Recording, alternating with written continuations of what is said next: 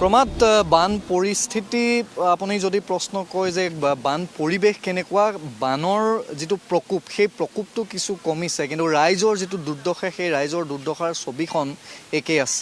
বিভিন্ন প্ৰান্তত আপুনি যদি নাজিৰা যায়, নাজিৰাটো সেই একেখনেই ছবি।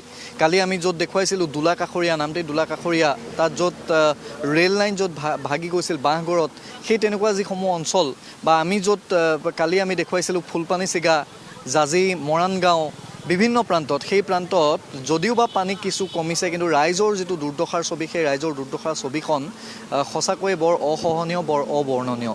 পৰিৱেশটো এবাৰ দেখুৱাইছোঁ ফুলপানীছিগাৰ যি বামুণ গাঁও, সেই বামুণ গাঁও পথটোত এতিয়াও মুখৰে পৰা কালিৰে পৰা অকণমান কমিছে, কিন্তু এতিয়াও একঁকাল পানী।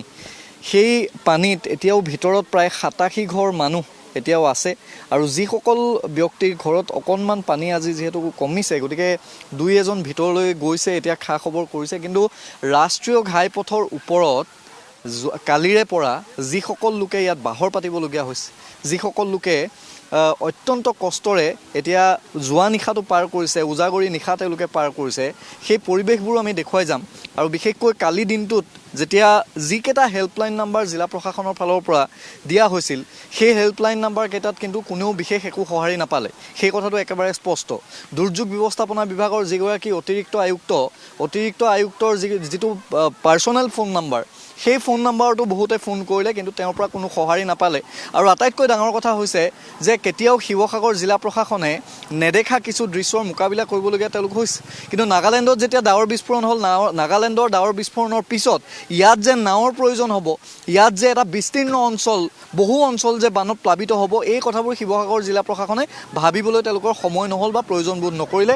আৰু ফলশ্ৰুতিত এতিয়া আপুনি চাওক, আজি ৰ'দ দিছে, এতিয়া প্ৰায় 33 পৰা 34 ডিগ্ৰী চেলচিয়াছ, আৰু ইয়াত এতিয়া তম্বু তৰি এনেধৰণে ত্ৰিপালৰ তলত ৰাইজ থাকিবলগীয়া হৈছে। এইটো হৈছে 37 নম্বৰ ৰাষ্ট্ৰীয় ঘাইপথ, আৰু এই 37 নম্বৰ ৰাষ্ট্ৰীয় ঘাইপথৰ ওপৰত এতিয়া ৰাইজে এনেকৈ এফালে ৰ'দ, তলফালৰ পৰা গৰম, কোন মুহূৰ্তত গাড়ী কেতিয়া আহে, কি কৰে, অৱশ্যে এটা ফাল বন্ধ কৰি দিয়া হৈছে। এতিয়া কথাটো হৈছে যে পানী শুকাব, আজি যদি বৰষুণ নিদিয়ে পানী লাহে লাহে শুকাইছে, কিন্তু ইয়াৰ পিছৰ পৰিৱেশটো কি হ'ব? ৰাইজৰ ভঁৰালৰ ধান সকলো শেষ, খেতিপথাৰ সকলো শেষ, ঘৰৰ ভিতৰত এবুকু, কাৰোবাৰ ঘৰৰ মুধচেদি পানী গ'ল, বহু বৃদ্ধ লোক হয়তো ওলাই আহিব নোৱাৰিলে, এনেকুৱা এটা পৰিৱেশ। কালি বিধায়কগৰাকী ইয়ালৈ আহিল, বিধায়কগৰাকীয়ে আমি দেখিছোঁ যে তেওঁ নিজেও পানীত নামি আমি দেখিছোঁ যে কোনোবা বৃদ্ধ মানুহক উলিয়াই আনিছে, বা কেইবাখনো গাঁৱৰ ৰাইজক তেওঁ কিছু সহায় কৰিছে। কিন্তু জিলা প্ৰশাসনৰ ফালৰ পৰা যিটো দায়িত্ব, এতিয়া স্পীড বোট এতিয়া শিৱসাগৰত নাই, নাজিৰাত তেওঁলোকে কৈছে যে 5খন মাত্ৰ স্পীড বোট আছে, সেই স্পীড বোট আছে শিৱসাগৰত। ইয়াত এখন কালি দিয়াৰ কথা কৈছিল, কিন্তু এতিয়ালৈকে স্পীড বোট এইসমূহ স্থানত আহি পোৱা নাই। কালি মৰাণ গাঁৱৰ পৰা বাৰে বাৰে ফোন কৰিছে, বামুণ গাঁৱৰ পৰা বাৰে বাৰে ফোন আহিছে যে তাত মানুহ আবদ্ধ হৈ আছে। এতিয়াও চৰাইদেউ জিলাৰো একেই পৰিৱেশ, তাতো আবদ্ধ হৈ আছে। এতিয়া প্ৰয়োজন আছিল শিৱসাগৰত অতি কমেও 70ৰ পৰা 80খন স্পীড বোটৰ প্ৰয়োজন আছিল। SDRF দলৰ সেইসমূহ যিসমূহ স্পীড বোট, সেই স্পীড বোটেৰে অন্ততঃ ৰাইজক ৰেস্কিউ কৰিবলৈ, উদ্ধাৰ কৰিবলৈ তেওঁলোকৰ প্ৰয়োজন আছিল। এই মুহূৰ্তলৈকে জনাওঁ, নাজিৰা, শিৱসাগৰ, চৰাইদেউকে ধৰি এই অঞ্চলসমূহত স্পীড বোটৰ সংখ্যা হৈছে মাত্ৰ 5খন। কালি বিধায়ক অখিল গগৈয়ে মুখ্যমন্ত্ৰীলৈ আহ্বান জনাইছে যে অতি কমেও 70খন স্পীড বোট দিয়ক। গতিকে পৰিৱেশটো হৈছে এইটো, আৰু তাৰ মাজত ৰাইজে কিন্তু যথেষ্ট কষ্ট খাবলগীয়া হৈছে। মই অকণমান আপোনাৰ ওচৰলৈ আহিছোঁ। জীৱনত কেতিয়াও নেদেখা বান, আমি যেতিয়া সততে আমি লখিমপুৰ, ধেমাজিৰ কথা কওঁ, তাত ৰাইজে কিছু সজাগ হৈ থাকে যে বান হয়, বানৰ পূৰ্বে ল'বলগীয়া কিছু সজাগতা থাকে। আমাৰ এইসমূহ অঞ্চল একেবাৰে নতুন, কোনোদিন আমি বান দেখা নাই, বা আমি যেতিয়া বৃদ্ধসকলৰ সৈতে কথা পাতিছোঁ তেওঁলোকেও আজিলৈকে বান দেখা নাই। এই পৰিৱেশটো মোকাবিলা কৰিবলৈ এতিয়া ভিতৰৰ পৰিৱেশটো কেনেকুৱা, কি হৈ আছে, ৰাইজ কি কৰিছে? ৰাইজে আমাৰ মানে তাত যিখিনি পানী হ'ল, আমি ঘপককৈ আহিলে তাত একো গমেই নাপালোঁ।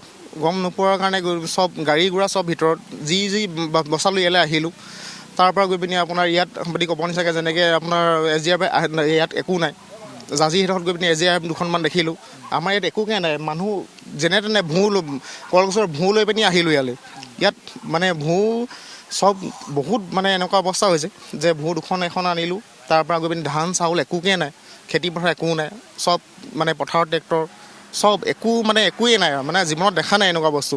কালি ব্যক্তিগতভাৱেও যিসকল ৰাইজে চিনাকি অচিনাকি ফোন কৰিছে, আমালৈও ফোন কৰি আছে, তাতে বামুণ গাঁৱৰ পৰিৱেশটো সঁচাকৈয়ে অতি ভয় লগা, বহুত বেছি ভয় লগা। কালি সেই পৰিৱেশটো আমি জানো। তাৰপিছত জিলা প্ৰশাসনৰ ফালৰ পৰা ইয়ালৈ কোনোবা আহিল নে, সেই খা খবৰ ল'লে নাই?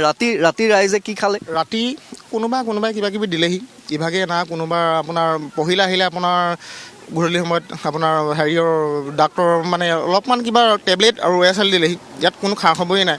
তাৰপৰা ভাত কিবা কিবি দিলেহি, কোনোবাই ৰাস্তাই যোৱা মানুহে কোনোবাই পানী বটল দিছে, কিবা দিছে, কিন্তু কোনোবা বেলেগ একো নাই।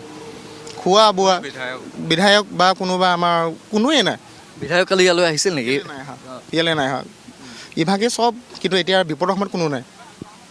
পৰিৱেশটো এই যিসকল লোক ইয়াত বহি আছে, আপুনি ভাবিব নোৱাৰা এটা পৰিৱেশ। ওপৰত মই কৈছোঁ 33 ডিগ্ৰী গৰম, 34 ডিগ্ৰী পৰ্যন্ত আজি পাবগৈ। এতিয়া এইসকল মহিলা, কণ শিশু আছে, বৃদ্ধ আছে, এইসকলে কি খাইছে কি বৈছে এতিয়ালৈকে কোনো কাৰো খবৰ নাই। ঘৰত পানী কিমান, ভিতৰত পানী কিমান হৈছে? এয়াতো ওপৰত আছে এতিয়াও অকণমান কমিছে। নিশা খোৱা বোৱা কি কৰিলে? আপোনালোক ক'ত থাকিলে? ইয়াতে থাকিলোঁ। খোৱা বোৱা ভাত দিলেহি খালোঁ, তাৰপাছত বিস্কুট পানী এনেকৈ পানী চানী পাই আছোঁ, খাই আছোঁ। পানী এতিয়া ভিতৰত কিমান আছে? আছে এয়াতো ওপৰত আছে। বহুত খালি গৰু ছাগলী হেৰি হৈছে, গৰু ছাগলীখিনি উদ্ধাৰ কৰিব পৰা নাই। ট্ৰেক্টৰ পথাৰত থাকিলে, ধান চাউল মানুহৰ লোকচান হৈছে। আৰু যিটো চৰকাৰৰ ফালৰ পৰা সহায় কৰিব লাগিছিলে সেইটো সম্পূৰ্ণৰূপে সহায় কৰিব পৰা নাই এতিয়ালৈকে। আৰু কালি যিখিনি ভাত দিছে এতিয়ালৈকে কোনো চৰকাৰৰ মানুহ অহা নাই। কমচে কমটো ইমান কষ্ট হৈ আছে মানুহখিনি, ৰেচনটো দিবহি লাগে, পশুধনৰ কাৰণে চাপৰ অলপ দিব লাগে। কোনো মানে ইমান হেৰি নাই। টিপাল এখন দিছে আৰু বিস্কুটৰ পেকেট দিছে, পানী 1 বটল দিছে, সেয়াই যথেষ্ট নহয় ন। এতিয়া এই যিসকল মহিলা আছে, আচলতে এই মুহূৰ্তত কথা সোধাৰেই পৰিৱেশ নাই। ঘৰৰ ভিতৰত এতিয়া পানী কিমান হয়? আমাৰ এডিঙিমান আছে, এডিঙিমান আছে। কালি কিবা বচাব পাৰিলে নে? একো বস্তুৱে বচাব নোৱাৰিলোঁ আমি। পিন্ধা আন নেলাগে কাপোৰ এযোৰ বচাব নোৱাৰিলোঁ, আনিব নোৱাৰিলোঁ। একোৱেই নাই আমাৰ।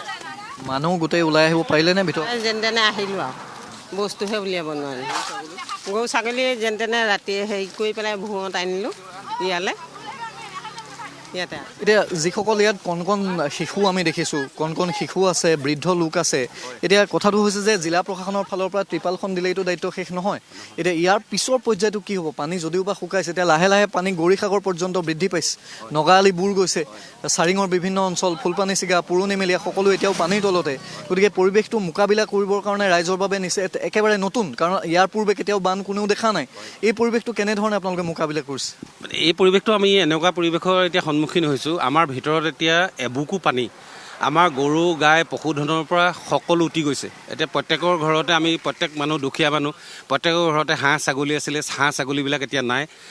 দুই একে তাৰ মাজতে হাঁহ ছাগলীবিলাক উদ্ধাৰ কৰি মেইন ৰোডৰ কিনাৰত ৰাখিছে, কিন্তু এতিয়াও সেই হাঁহ ছাগলীবিলাক বা গৰুবিলাকৰ অৱস্থা অতি মানে ভাবিব নোৱাৰা এটা পৰিস্থিতি। আৰু লগতে এতিয়া প্ৰশাসনৰ ফালৰ পৰা এতিয়া প্ৰায় 11-12 বাজিব হ'ল, প্ৰশাসনৰ ফালৰ পৰা একো সঁহাৰি নাই এতিয়ালৈকে। একো সঁহাৰি নহয়। টিপাল দিছিলে, আমি টিপালৰ তলত আছোঁ, এইটো মিছা কথা কৈ লাভ নাই। টিপাল দিছিলে, কোনে দিছে নাজানো, কিন্তু টিপাল দিছে।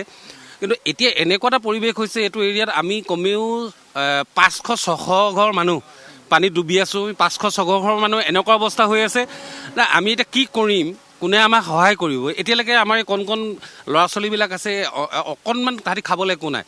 তাৰ মাজতে সঁচা কথা ক'বই লাগিব, অকণমান কোনোবা এজন এই মুহূৰ্তত কোনোবা এজন দাদা এজন আহিলে এখন গাড়ী লৈ পেলাই, এই মুহূৰ্তত আমি চিনি নাপাওঁ, তেখেতে আহি পেলাই এই মুহূৰ্তত অলপ বিস্কুট অলপ পানী আনি দি থৈ গৈছে। আমি কিন্তু চিনি নাপাওঁ। তেওঁক মই মাজতে সুধিলোঁ যে আপোনাৰ দাদা ঘৰ ক'ত? ধেমাজিত। কিন্তু প্ৰশাসনৰ ফালৰ পৰা আমাক এতিয়ালৈকে এই মুহূৰ্তলৈকে অকণমানো সঁহাৰি আগবঢ়োৱা নাই।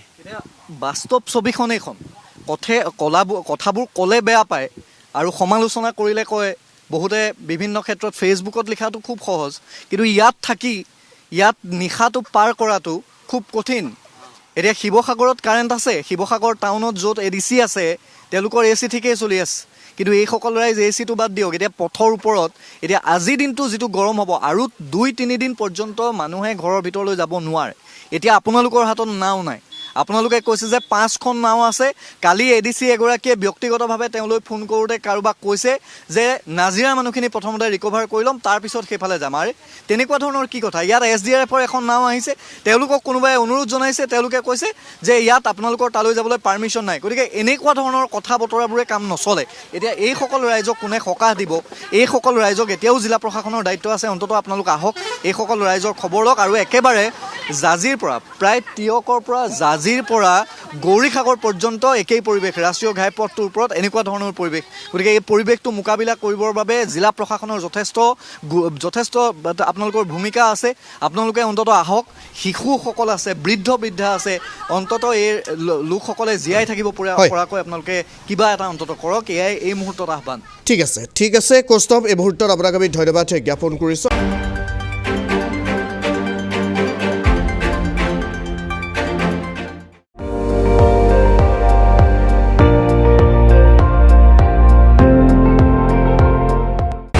আপুনি চাই আছে ND24, সৰ্বশ্ৰেষ্ঠ নহয় সৰ্বোত্তমৰ দৌৰত।